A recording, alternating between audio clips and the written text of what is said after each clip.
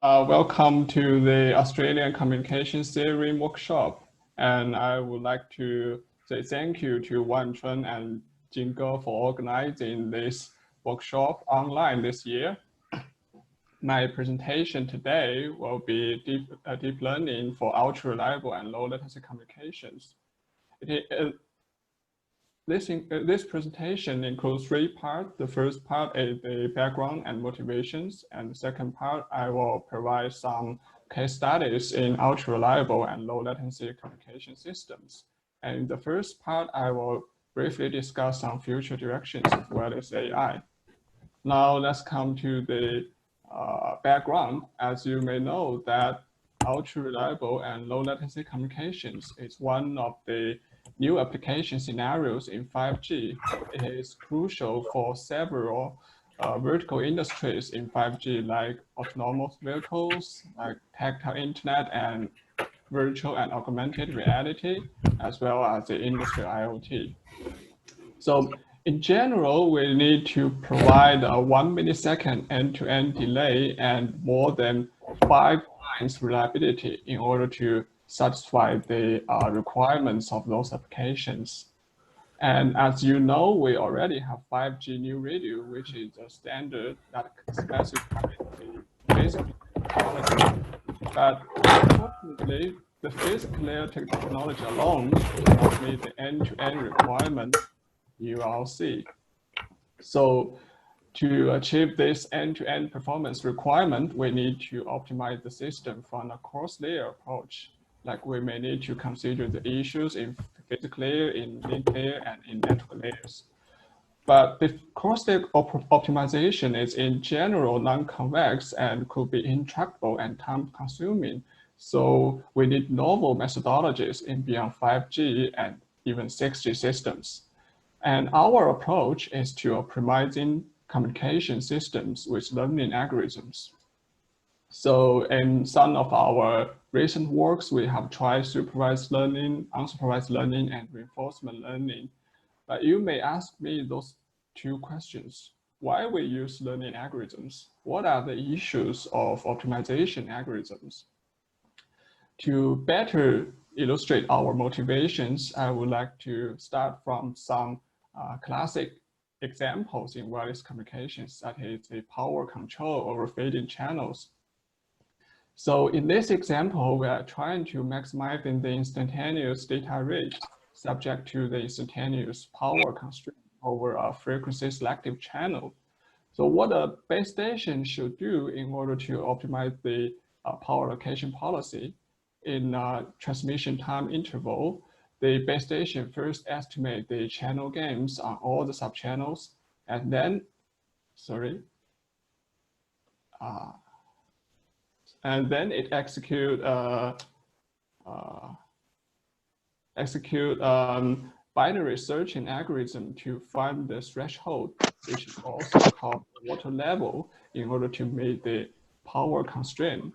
And finally, according to the relationship between the channel gain and the threshold, it will allocate transmit power according to the famous water fading policy.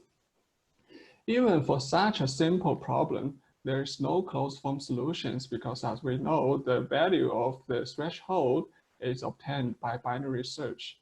So for more practical problems in wireless communications, the base station or the transmitter need to execute searching algorithms in every transmission time interval, and the duration much less than 1 millisecond. So is it possible to avoid executing such a searching algorithm in HDTI? And this is our motivation for using supervised deep learning. If we can optimize, I'm not sure what's wrong. If we can approximate the optimal policy with a deep neural network, then from the channel state information, we can directly get the output of the optimal power control policy by using a forward propagation algorithm.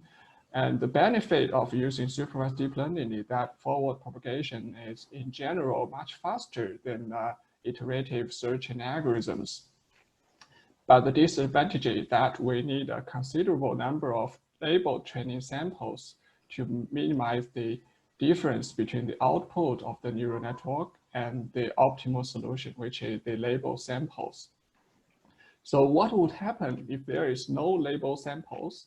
Let's consider another example that we optimize the power control over a feed-in channel, but the problem is a little bit different. We aim to maximizing the average data rate subject to an average power constraint in a narrow band time-varying channel.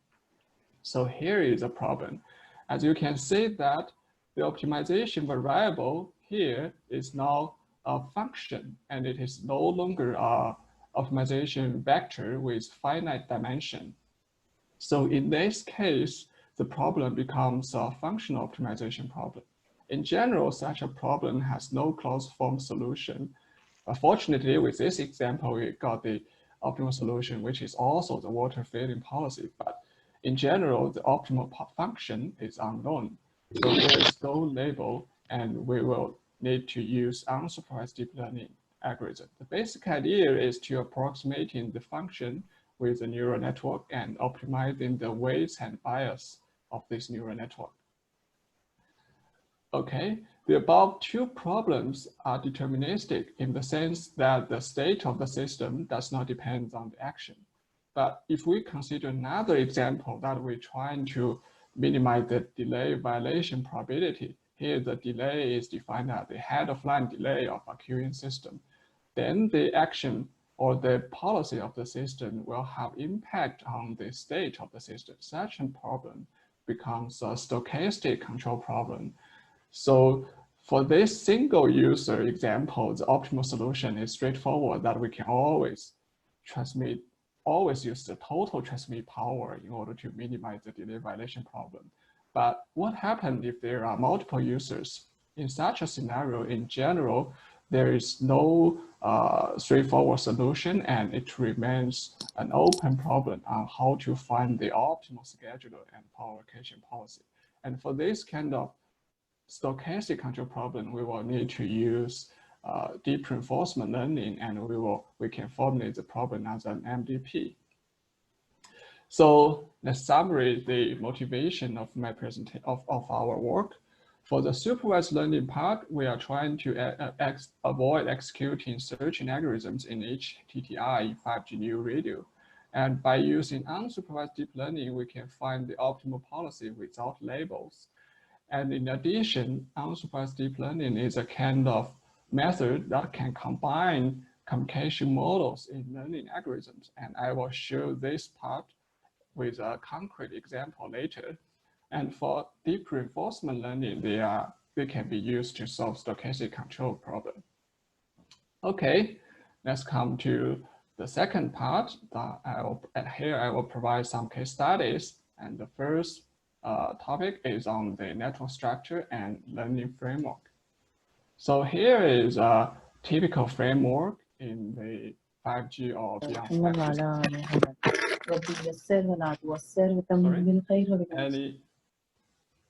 Okay, it's a noise. Okay, so in general, depending on the deployment of communication resources and computing resources, we can divide the whole network into multiple levels, and in different levels, the tasks will be different. For example, at the user levels, user device can predict its mobility, its traffic state, and the channel state. And for the base station, it can control the scheduling policy and optimize resource management. And for the centralized control plane, it can manage the mobility by optimizing the user association policy. So to apply learning algorithm in this multi-level network architecture, there are two major approaches. The first one is a centralized training method that we formulate a simulation platform at the central server, and we call it the digital twin of the real-world network. It actually combines the real-world configurations with theoretical models and and some rules in information and queuing series to formulate a simulation platform where we can use it to train a neural network or to train a deep learning algorithm.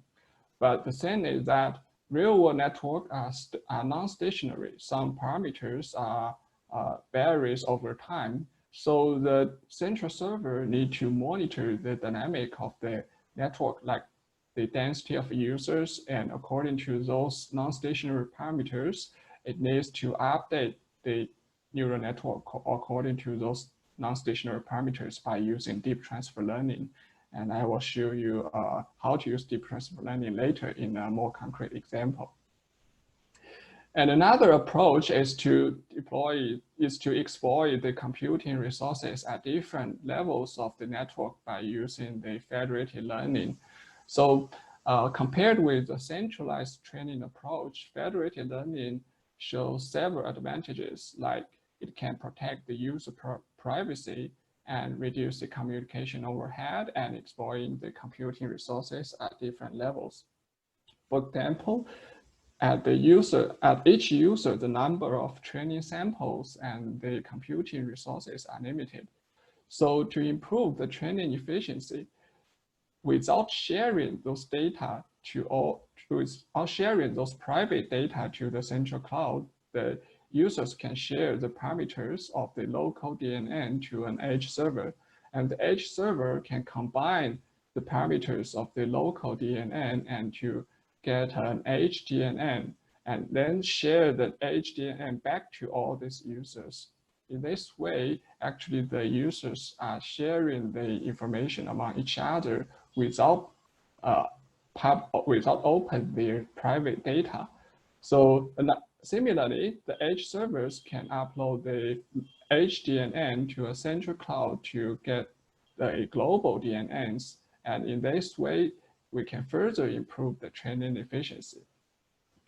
So based on those two architectures, I will show you two case studies in our experiments. So for the first experiment, that there is a tactile device that tries to predict its mobility in the near future. For example, here, the blue curve is the actual trajectory of the device, and the blue curve is a predicted trajectory. So for this simple case study, we can use two methods to predict mobility. The first one is to use a model-based prediction algorithm. Here, R, V, and A represents the location, velocity, and acceleration, and WK here is a noise on the acceleration. So from the Newton's laws of motion, and we can, based on the current state, we can predict the future state. So this is kind of a model-based prediction algorithm. And the second one is a data-driven prediction algorithm. We just use a very simple fully connected neural network, and the inputs are the past locations and output is the future locations.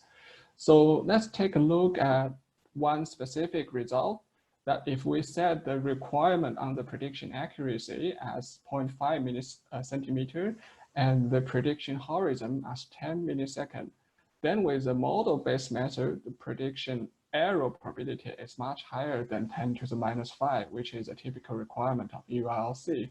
But with data-driven method, it is possible to provide a satisfactory prediction error probability. And the reason why the data-driven method outperform the model-based method is because in this experiment, we can only observe the location of the device.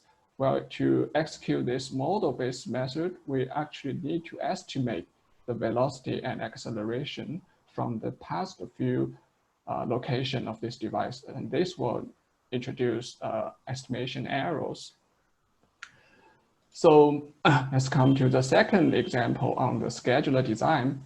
Here is our prototype that packet source generate packets, and then the packets travels through a core network and to the eNode B, which is the base station.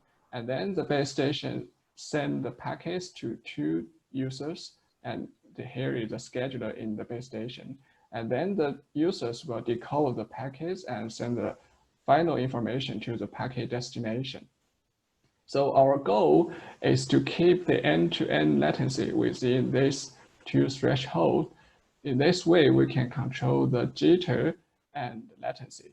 So if we use a centralized training algorithm and we train those scheduler by using knowledge-assisted deep reinforcement learning, then we can get a actor, which is the scheduling policy approximated by a neural network. Then if we directly apply this neural network trained offline to this prototype, we can say that around half of the packets cannot meet the latency requirements. But if we fine-tune the algorithm in the prototype by using transfer learning from the with the help of the feedback in real-world systems, then we can say that after the fine-tuning of in a few minutes, the most of the packets can satisfy the latency and jitter requirement. But here you can see that actually the delay violation probability is still about around 1%, which cannot satisfy the requirement of the ULC. This is because in the scheduler design, we only consider the queuing delay in the base station and the transmission delay in the air interface. But we cannot control the jitter in the backhaul or the core network and the jitter caused by the signal processing at the edge at the end server, at the end user. So here are the key takeaways. By integrating the real-world configurations with models and theorems in the simulation platform, we can train the deep neural networks offline. And to handle the model mismatch problem between the simulation environment and the real-world systems, we can use transfer learning. And the learning algorithm actually outperforms a model-based algorithm in terms of prediction accuracy, because the model could be is inaccurate in our experiment. And by prediction and communication co-design, it is possible to achieve 1 millisecond delay. So how to achieve this 1 millisecond delay? Let's come back to the prototype. If we put the tactile device here in the packet source, and we set the prediction horizon as 10 milliseconds, and then you can say that the communication delay is less than 11 milliseconds, and so we can predict the future location of the tactile device and send to the receiver 10 milliseconds in advance, so that when the packet is received by the receiver, the user experience the delay will be 1 millisecond. But the thing is that although we can achieve 1 millisecond latency, but the reliability is not enough for ULC, mainly due to the jitter in the core network and the signal processing in the end user. So let's come to another two examples. I will show you how to further improve the reliability subject to the latency and jitter requirement. So in this example, we consider supervised deep learning. Here we have one base station that serves different types of services, including delay tolerant, delay sensitive, and ULC services. And we are trying to optimize the bandwidth and transmit power allocation in order to minimize the total power consumption of the base station. So the environment parameters here are the large-scale channel gains. We assume that the base station only knows the distribution of small-scale channel gains. And for the delay tolerant services, the QoS constraint is quite simple. We just need to ensure that the average service rate of the wireless channel is higher than the average data packet's arrival rate of the source. So with this average data rate requirement, we can ensure that the queuing system is stable. But for delay sensitive traffic or delay sensitive services, the QoS constraints are characterized by a delay bound and a delay bound violation probability. So here we use the tools called effective bandwidth and effective capacity to control the tail probability of the queuing system. The tail probability is a small tail in the complementary CDF of the steady state queuing delay. So by using those tools, what we can do is that we can guarantee that the probability that the steady state queuing delay exceed the required threshold is smaller than the required delay violation probability. So such a constraint can be formulated in this expression, and you can find the details in this paper and also some of our previous publications. So in this work, we just assume that the data arrival rate is a compound Poisson process. With this process, the size of packet and inter-arrival time between packets are two exponentially distributed random variables with parameter nu a and nu s. But these tools can be also applied to some other packet arrival process like Poisson process, interrupt Poisson process, and switched Poisson process. Okay, let's come to the last one, which is the most important one, which for the ultra-reliable and low-latency communications, the QoS constraint is characterized by the reliability. And the reliability constraint is that the decoding error probability at the receiver should be lower than a certain threshold. So the decoding error probability is obtained from this expression. Actually, it is derived from the achievable rate in the short block length region proposed in this work.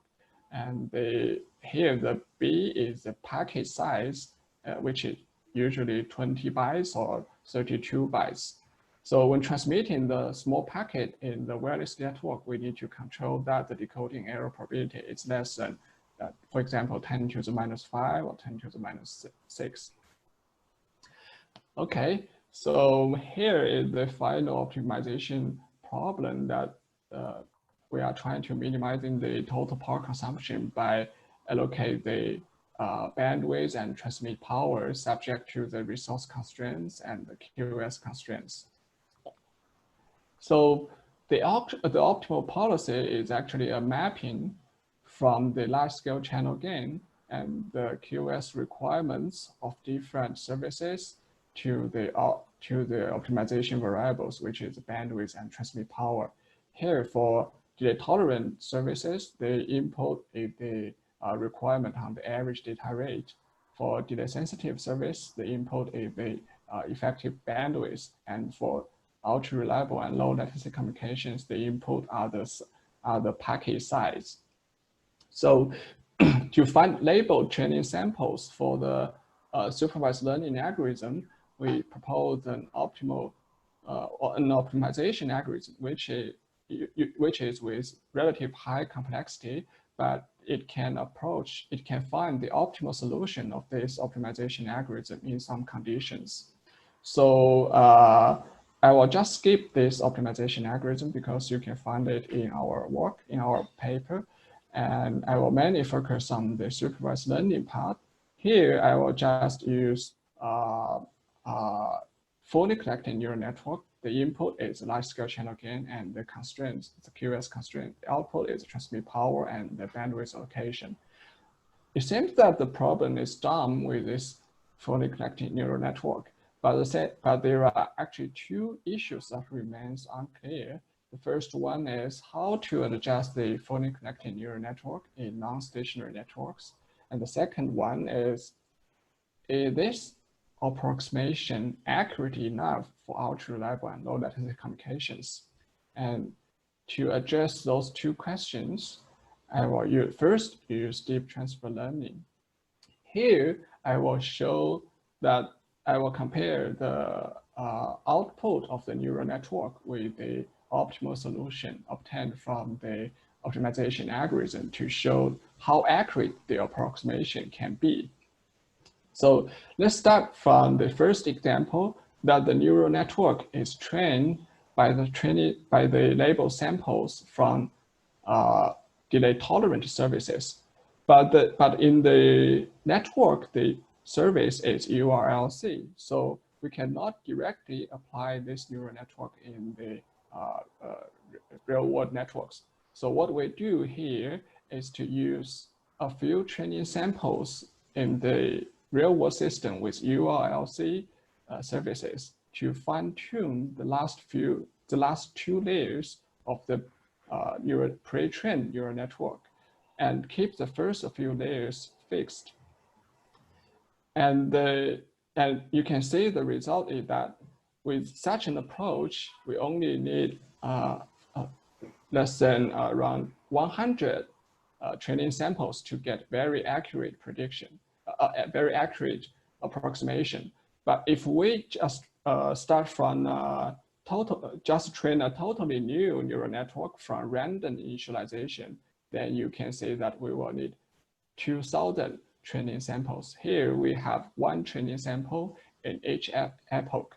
So here we need 2,000 training samples. As you can see that although the QS requirement of delay tolerant services and URLC are very different, by transfer learning, we will still be able to use some knowledge.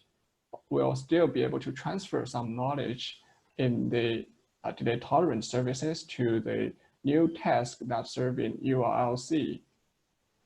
So in another example, we only have pre-trained neural networks for each type of services. But in real world networks, there multiple types of service may coexist.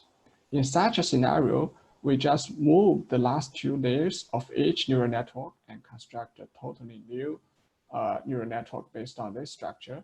And there are actually three approaches to train this neural network. The first one is we only fine-tune the last two layers. The second one is we fine-tune all the layers, but the initial parameters of different services are just use the pre-trained neural networks. And the third one is we actually randomly initialize all the parameters of the network and train a totally new neural network. And you can see the results here. If we only train the last two layers, actually the algorithm actually converge quite fast with less than 2,000 training samples. It can approach the optimal solution. But if we fine tune all the layers, the convergence time is a little bit longer. This is because we need to train or we need to optimize more parameters. In that case, we will need more training samples. Well, for the last case, if we train a totally new neural network, then we will need more than 8,000 training samples. So this is how deep transfer learning can help us save training time. And to improve the approximation accuracy, we actually developed a Cascadia structure. And before introducing this Cascadia structure, I will first discuss those two issues. This issue, why the fully connected neural network is not accurate enough for URLC. There are two reasons. The first one is that the output of the neural network are continuous variables, but the number of subchannels are discrete variables. So the discretization of the number of subcarriers will lead to some approximation error. And the second part is that the dimension of the input and output are quite large. And as a result, the scale of the fully connected neural network is also quite large. And it is difficult to train a large-scale neural network. So with the Cascadia structure, we divide the neural network into two parts. In the first part, we just approximate the bandwidth allocation policy. And after discretization, we input the obtained bandwidth allocation to the second part of the neural network. And the second part of the neural network will output the required transmit power to guarantee the QS given the bandwidth allocation. So in this way, the approximations of the bandwidth allocation will have little impact on the QS constraint, but it will definitely have impact on the objective function. And besides, the neural networks in the second part are actually quite small. And you can say for each user, the input only include the subcarriers, large-scale channel gain, and the QS constraint. And the output is the transmit power allocated to this user.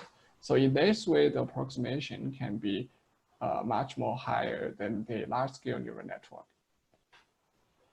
So here is the results.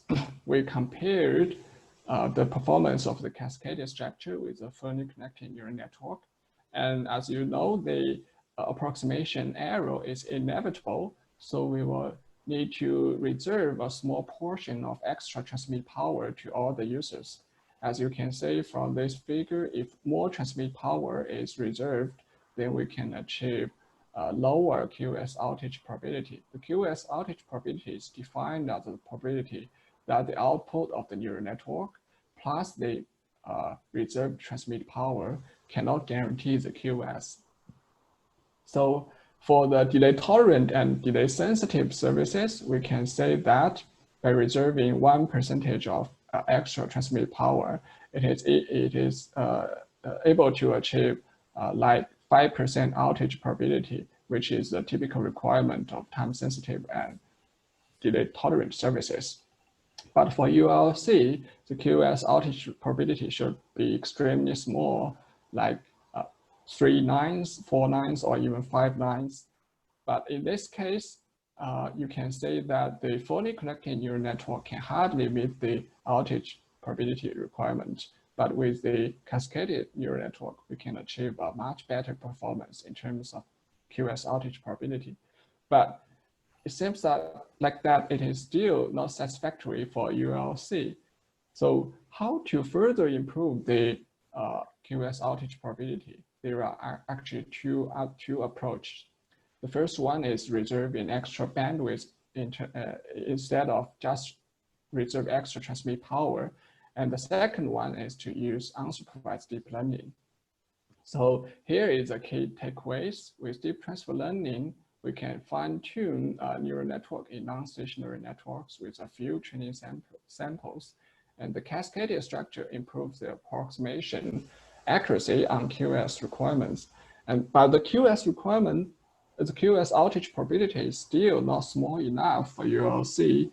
So this is partly because that the optimization algorithm and the learning algorithm in the supervised learning approach, actually those two parts are executed separately. They are not really combined together. So in this unsupervised learning example, I will show how to combine those learning algorithm with optimization algorithm. So here is the motivation of this work.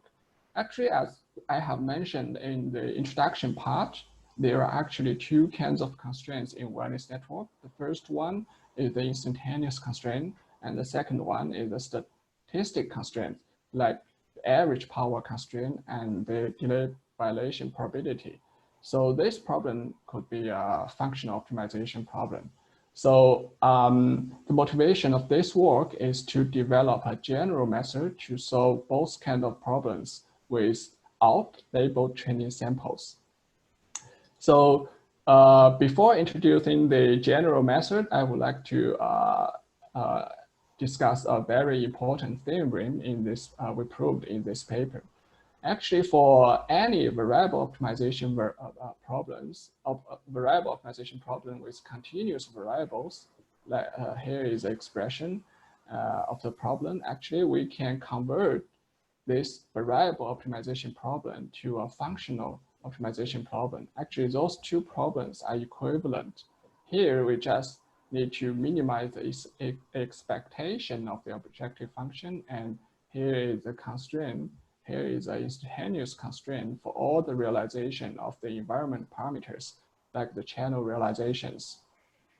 So they are equivalent in the sense that the difference between the solutions of those two problems only lies in a zero measure set, which means that this will not happen in real world systems. If you, for example, if you generate the channel realization according to a relay fading, actually the probability, the channel gain will be a specific value is 0.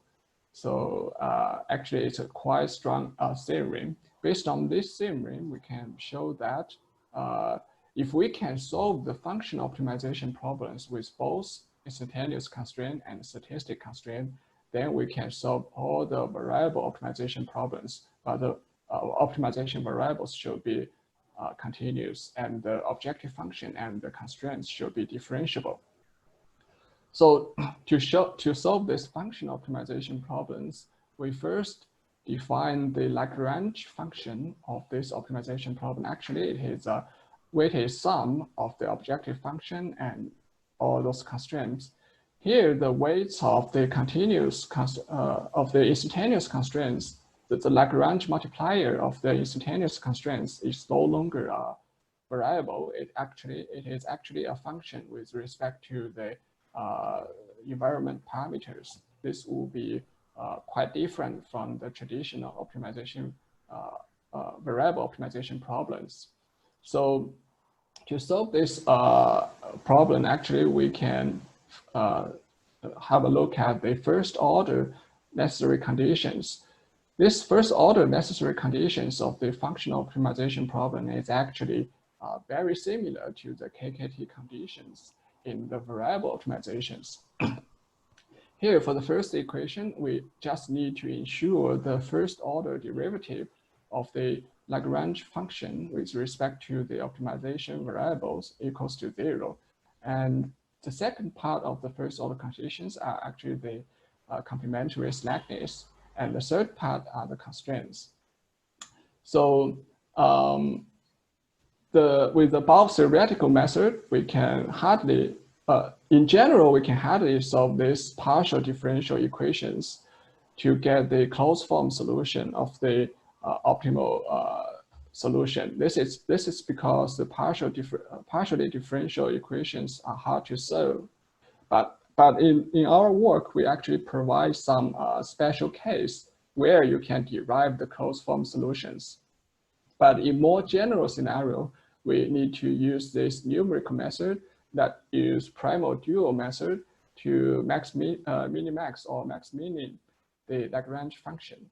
And the basic idea is to approximate the function and the Lagrange multipliers with two neural networks. And then we use the Lagrangian function as the loss function to optimize the parameters with stochastic gradient descent and ascent iteratively. So let's consider a specific example that we optimize the bandwidth allocation subject to the queuing delay requirement. Here, the service rate is characterized by the achievable rate in the short block length region. So it means that we need to guarantee the decoding error probability and the queuing delay violation probability in the, for the URLC services. So for this problem, we will have a look at this question, that the unsupervised deep learning outperforms supervised deep learning in terms of QoS guarantee. So what we do with supervised deep learning is that we first find labeled training samples and then train an FNN with labeled samples. With unsupervised deep learning, we learn an FNN that approximates the optimal policy with the primal dual method. And here is our simulation results. The red curves are the performance of supervised learning, and the blue curves are the performance with unsupervised learning. And the vertical x is the complementary CDF of relative errors. So as we can see that with supervised deep learning, actually the approximation error on the objective function and the approximation error on the constraints are higher than the unsupervised deep learning method. And it means that with unsupervised deep learning, we can achieve better approximation accuracy on both objective function and constraints. So why this happen? Here is the insight. So with supervised learning, we actually use the this objective function as a loss function. We are trying to minimizing the difference between the output of the neural network and the labeled training samples. But actually, let's take a look at the eyes constraints. If we wanted to minimize the approximation of the eyes constraint, then the objective function or the loss function should be defined in this expression. In general, the QS constraint of different surfaces are nonlinear. In this case, if say I is nonlinear, then the loss function should be different. Those two loss functions are not equivalent. Actually, minimizing this one does not necessarily minimizing this one. But in the unsupervised deep learning algorithms, we actually take the expression of Ci into the loss function and trying to minimize the gradient of the Lagrange function. So in this way, actually, we are combining the model with the learning algorithm by using theoretical models and principles to derive the expressions of those constraints. So this is a key difference, and this is the reason why unsupervised learning is better. So here are the key takeaways. Unsupervised deep learning can solve both variable and functional optimization problems and outperform supervised deep learning in terms of approximation accuracy. And the approximation errors are small enough for URLC. But even with unsupervised deep learning, there are some other issues, like if the objective function and the constraints are non-differentiable, then we cannot apply the first order necessary condition or apply the primal dual method because we cannot get the first order derivative. Okay, now let's come to the last part. I will very briefly discuss some future directions of wireless AI, including those three parts. The first part is to use learning algorithm for optimizing communication systems. And we may use different kinds of deep reinforcement learning algorithms or use graph-based learning algorithms to characterize the topology of the network. And actually, there are some other methods to integrate the expert knowledge or theoretical models into learning algorithms. Actually, we have just submitted a paper, but I have no time to discuss this work.